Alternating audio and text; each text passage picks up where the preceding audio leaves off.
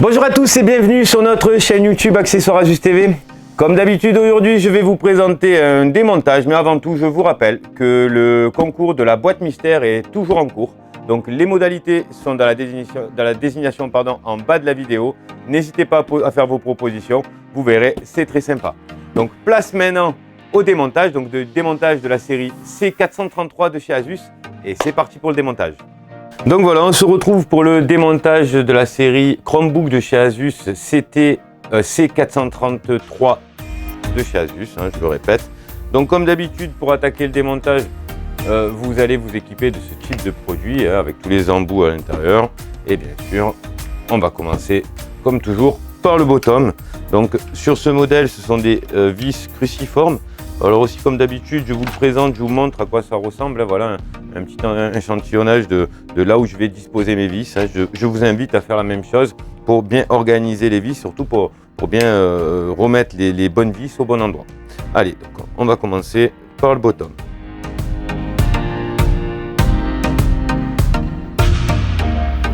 Donc déjà, ce sont toutes les mêmes. Alors je vais pouvoir toutes les ranger ensemble.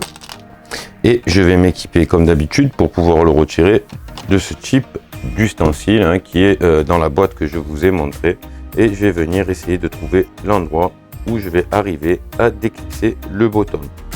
Alors la plupart du temps, j'essaye derrière les charnières, parce que c'est un endroit qui est relativement, on va dire, accessible pour la spatule en plastique.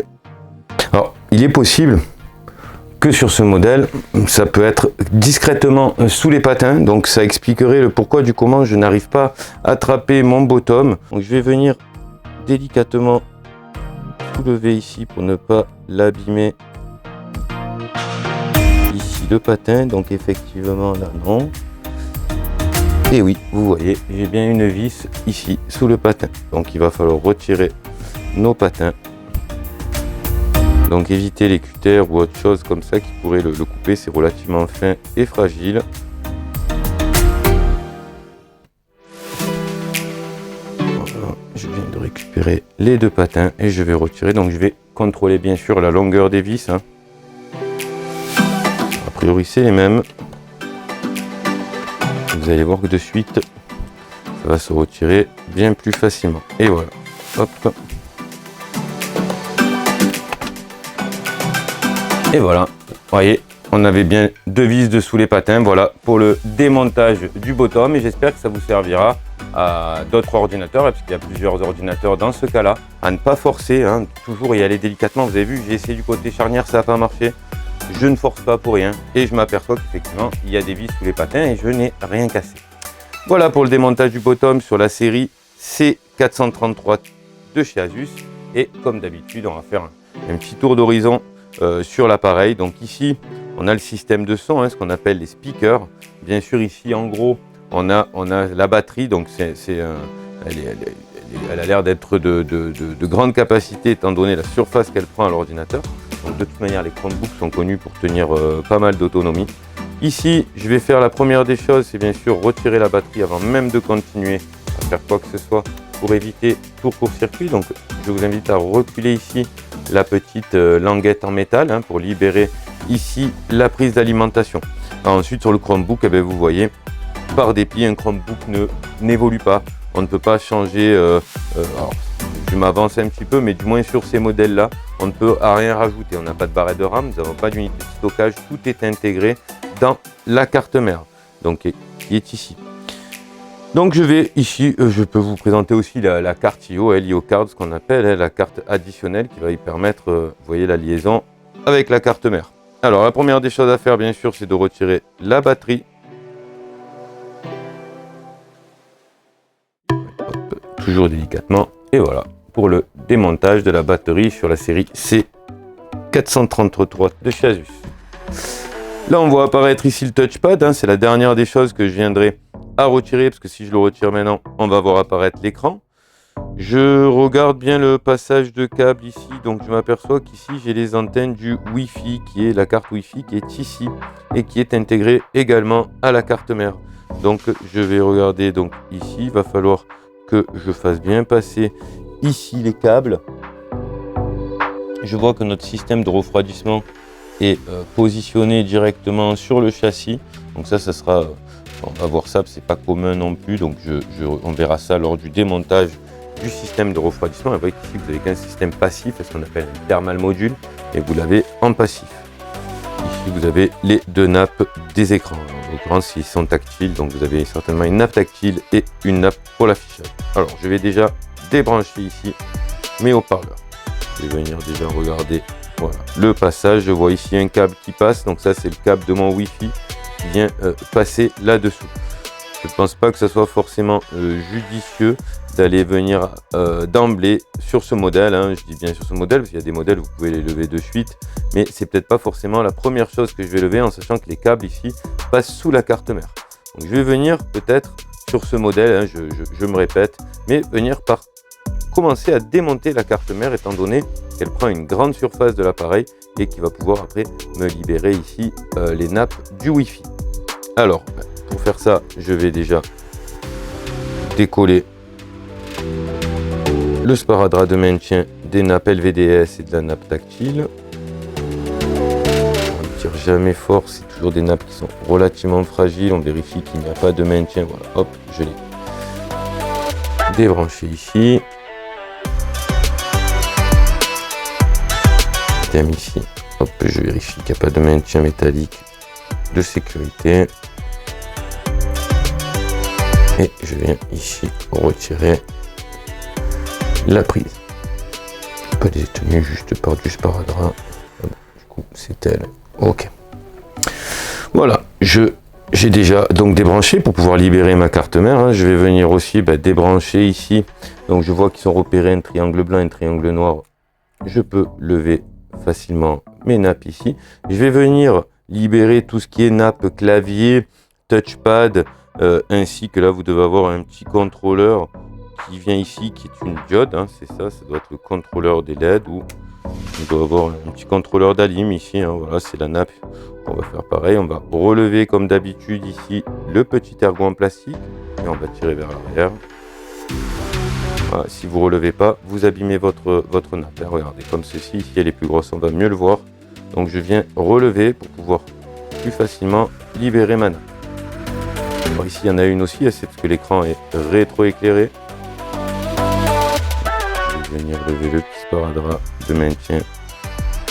Voilà. Et pareil, vous voyez, j'ai le petit ergot en plastique qu'il faut relever comme ceci. Et je viens retirer ma nappe. Celui-là, c'est le même. Mais non, et je retire ma nappe ici. On va faire la même chose sur les nappes. Alors sur ce modèle, c'est devant ou derrière les nappes de Liocard. Alors en principe c'est de ce côté qu'on la relève, si je ne dis pas de bêtises, c'est bien ça. Et idem ici, voilà, je les relève et je n'ai pas besoin de les retirer, je les lèverai quand j'aurai fini de dévisser. À partir de là, je vais venir libérer ma carte mère de mon châssis.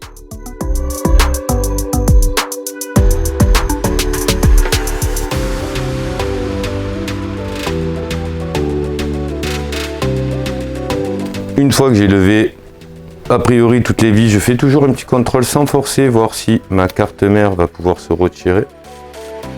A priori là oui, c'est très fragile, c'est sur ces modèles là, c'est très fin. Voilà, pour le démontage de la carte mère sur la série C433 de chez Asus. À partir de là, je vais pouvoir libérer par exemple mon écran, hein, je vais libérer mon écran, je vais pouvoir démonter ma carte additionnelle. Je vais me débarrasser d'une grosse chose qui va être l'écran. Pour démonter l'écran, très facile, je vais venir ici faire un comme si je l'ouvrais, mais bien sûr je maintiens, je ne relâche pas mon clavier, je le raccompagne, j'écarte avec les mains légèrement mes charnières et à partir de là vous le montez et vous venez ici retirer votre écran. Voilà pour le démontage du module complet. Donc pour ce modèle là, hein, sur les modèles Chromebook, si demain venait à casser l'écran, ça sera tel quel, il sera complet. Je vous invite à ne pas le casser. Voilà pour le démontage de l'écran sur la série C433 de chez Asus. À partir de là, on va pouvoir de suite, on va libérer la nappe pour ne pas la décoller, histoire qu'on n'abîme pas l'autocollant. Je vais juste la débrancher ici. Voilà, je l'ai juste débranché. Je vais lever le sparadrap de maintien qui va m'empêcher de relever mon pad et je vais simplement retirer les 3 vis ici. Et voilà pour le démontage du touchpad sur la série C433 de chez Asus. À partir de là, je vais pouvoir lever maintenant mon IO card sur laquelle je ne vais pas lever les nappes, hein, bien sûr, elles se trouvent en pièces détachées, hein, vous pouvez les trouver seules. Mais vu que vous avez vu l'ouverture, c'est pour éviter donc le sens MB pour motherboard, le sens IO pour la carte additionnelle, ce qu'on appelle une IO card.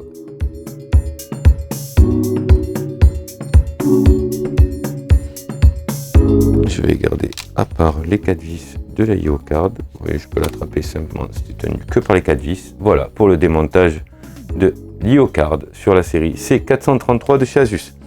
Et à partir de maintenant, je peux complètement libérer mon système de haut-parleur. Alors vous voyez qu'il est maintenu uniquement par des cylindres blocs et du système adhésif, hein. Donc je vais essayer de le récupérer sans l'altérer et tout en regardant bien sûr par où passe le câble pour pouvoir le faire de la même manière lors du remontage. Bon, je ne tirez pas sur le câble, hein. Je m'en suis juste aidé pour le libérer, mais je vais quand même attraper plutôt par ici. Voilà, voilà, ici. Et pareil ici, je ne tire pas puisqu'il est maintenu par un petit système d'adhésif ici. Et voilà. Et voilà, donc du coup, sur ce modèle de speaker, hein, pour le démontage des haut-parleurs, vous retrouvez aussi à avoir les câbles, les antennes Wi-Fi. Voilà pour le démontage du système de speaker sur la série C433 de chez Asus. Et là maintenant, voilà, on va dire hormis cette nappe là, hein, vous et celle-ci, demain, si vous devez avoir changé votre clavier, il va se présenter comme ceci. Donc ce qu'on appelle le top case. Et voilà pour le démontage du top case sur la série C433 de chez Asus. Je vais vous présenter le remontage de la série C433 de chez Asus. Donc on va rattaquer à l'inverse de comme on a fini. Donc en l'occurrence, la dernière des choses que j'ai démontées sur ce modèle-ci, ce sont les speakers, les haut-parleurs. Donc je vais m'atteler à repositionner les speakers en premier. Pourquoi sur ce modèle les speakers? Lors du démontage, en fait, on s'est aperçu que les nappes Wi-Fi étaient livrées avec le système de speaker et que c'était pas forcément judicieux de venir les démonter en premier, étant donné que les câbles passaient un peu de partout sous les composants. Donc une fois que j'ai pu être libéré de tous les composants, j'ai démonté les haut-parleurs en dernier. Je les remonte en premier. Donc vous venez ici positionner simplement sur des cylindres blocs, hein. On va faire la même chose de l'autre côté. Alors pour les haut-parleurs, sur ce modèle, comme 80% des modèles, ils ne sont pas vissés. Le plus important pour les haut-parleurs, on va dire, c'est le passage des fils. Alors pour celui-ci, on va commencer. Il faut bien commencer par un. On va commencer par le Wi-Fi blanc.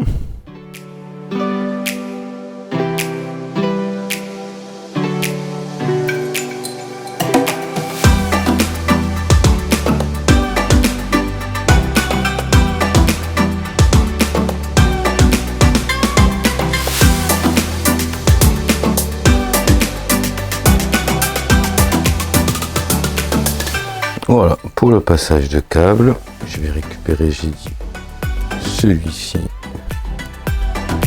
qui va aller ici, voilà, comme ceci. Voilà. Donc là, j'ai repositionné mes haut-parleurs, hein. Vous avez vu que c'est un peu plus long parce que il faut bien respecter, alors que je vais repositionner carte mère ou bottom ou autre accessoire pour éviter de venir pincer les câbles, hein. Donc vous regardez bien qu'ils restent en place, parce qu'une fois qu'ils ont été manipulés, ils ont tendance à perdre la forme qu'ils avaient à l'origine. Et donc voilà, juste le temps qu'ils se remettent en place. Vous appuyez de temps en temps pour les refixer.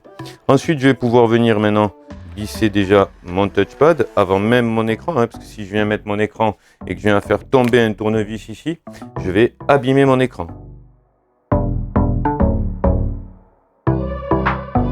Voilà, je vais récupérer récupérer ici, voilà, le sparadrap de maintien que je viens ici repositionner. Je vais mettre les vis, je vais rebrancher ici. Je récupère mes 3 vis.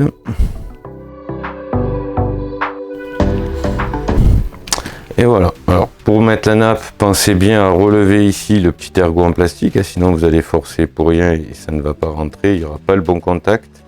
Vous relevez bien le petit ergot, vous insérez jusqu'à la marque, jusqu'au trait. Là je suis jusqu'à la marque et je rabats simplement mon petit ergot.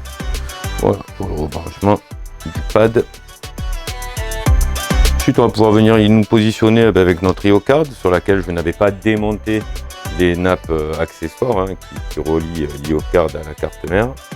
Je viens simplement la positionner et venir ici, vous voyez, on retombe pile poil comme à l'origine, remettre les 4 vis correspondantes. Sur celle-là de carte, il y a 4 vis.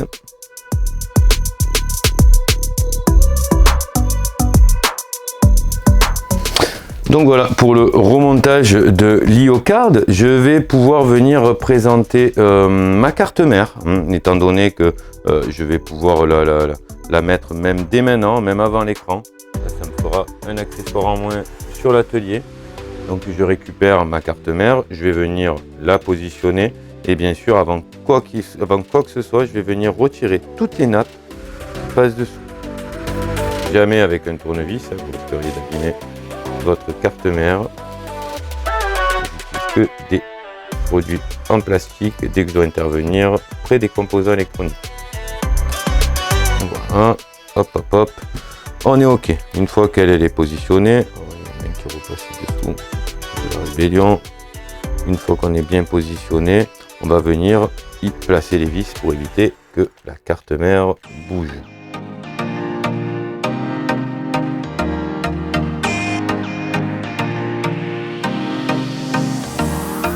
Une fois qu'on a resserré, à partir de là, on va pouvoir tout rebrancher. Alors, je vais commencer par les nappes ici. Je regarde à bien relever. Hop. Et je rabats. On va faire la même ici. Je relève le petit ergot. Je viens insérer ma nappe jusqu'au trait. Voilà, comme ça. Parce que quand vous allez rabattre l'ergot, vous allez être pile sur le trait. Pardon. Je vais venir repositionner les petits plots Wi-Fi. Donc pour les plots Wi-Fi, il n'y a pas de secret, il faut juste être bien en face. Sinon, il ne se clipse pas et vous risquez d'abîmer à force d'essayer le plot. Voilà, hop, là, je suis bien entré. Et voilà.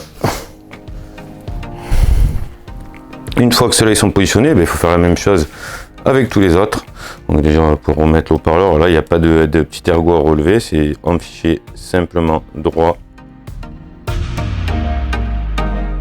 Voilà. Là par contre on a un petit ergot. Alors celui-là ça va être un petit peu minutieux. Avec les gants, je vous cache pas, c'est toujours aussi délicat. Voilà, hop. Une fois qu'il est rentré, je rabats ici simplement le petit ergot. Alors attention, c'est très minutieux, ne forcez pas dessus, si vous le cassez c'est irréparable, il faut changer la carte mère, donc allez-y vraiment avec délicatesse. Allez, on va remettre ici de la même manière la nappe du clavier, donc là l'ergot était déjà relevé.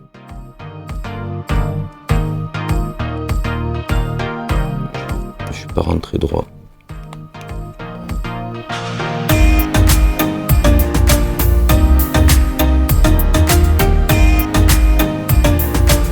Une fois que je suis bien inséré droit, je rabats mon ergot. Ici, on va relever ici, bien sûr, le sparadrap, parce qu'il y a un sparadrap dessus.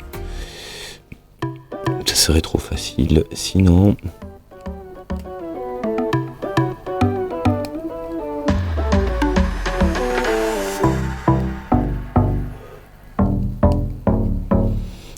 Une fois que j'ai relevé le sparadrap, vous voyez, il y a un petit trait blanc dessus. C'est le trait blanc de la limite d'insertion. Hop.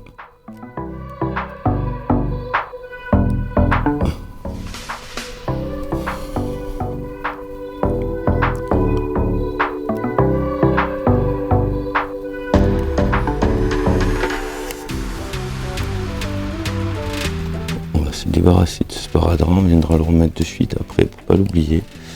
Je viens juste insérer, voilà, ma nappe. Ça sera peut-être plus facile sans le sparadrap devant. Voilà, une fois qu'elle est insérée, je rabats et je remets bien sûr le sparadrap pardon, par-dessus. Et pour la dernière, qui est le touchpad, bien relever le petit ergot.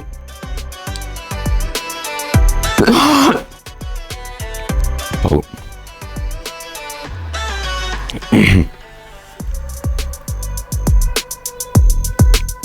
Et voilà pour le remontage de la carte mère. Donc là, la carte mère est positionnée. On a tout repassé nos câbles, on a tout rebranché hein, comme à l'origine, hein, parce qu'à l'origine c'était comme ceci. Je vais repositionner mon écran. Alors, pour le positionnement de l'écran, c'est comme pour le démontage. Je fais de la place sur mon atelier. Je viens positionner mon écran à l'envers. Je regarde bien sûr que mes charnières soient bien relevées. Et je vais venir présenter comme ceci mon top case avec ma carte mère. Donc, vous voyez, je le présente comme ceci, comme s'il était ouvert. Mais je ne le lâche pas hein, parce qu'il n'est pas maintenu. Et je viens simplement le déposer. Et ensuite, je vais pouvoir ici rabattre mes charnières. Faites attention quand même qu'ils soient bien en face et donc ne forcez pas. Si vous tombez, vous avez peut-être 1 ou 2 mm de possibilité d'écart. Donc allez-y doucement quand même.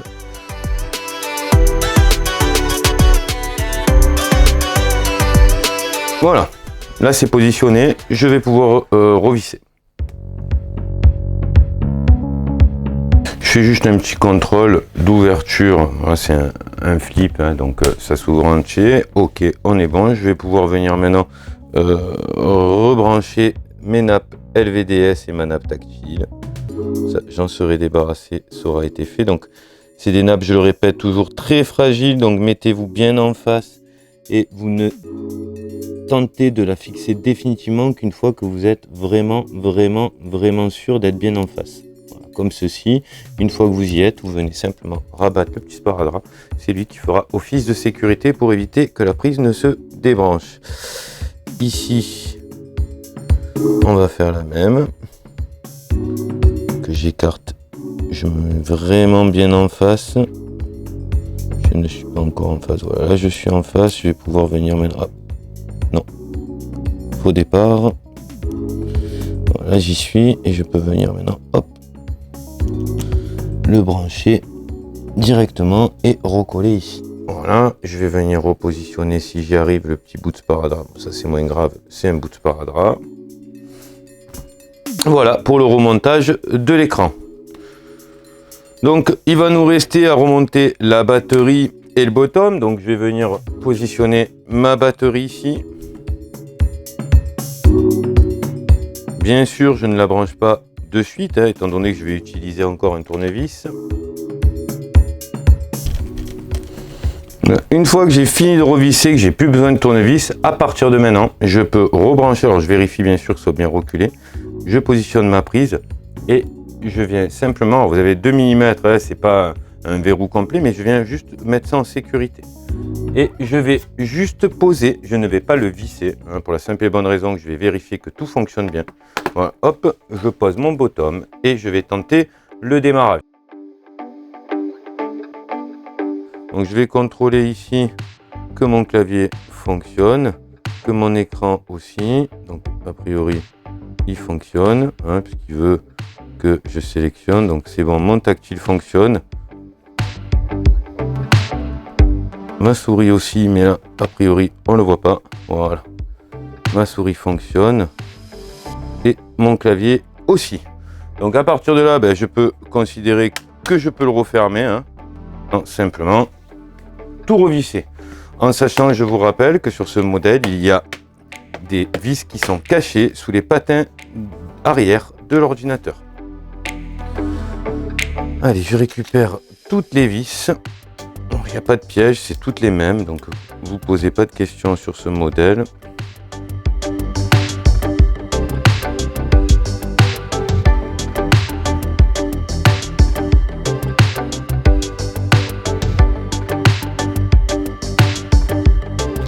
Et voilà pour le remontage de la série C433 de chez Asus. Voilà, pour moi c'est toujours un grand plaisir de vous présenter ces démontages, ces remontages. J'espère que ça a été utile. N'hésitez pas de fracasser le pouce bleu, de vous abonner, de me poser des questions. C'est avec grand plaisir que j'y répondrai et je vous dis à très bientôt pour de nouvelles vidéos.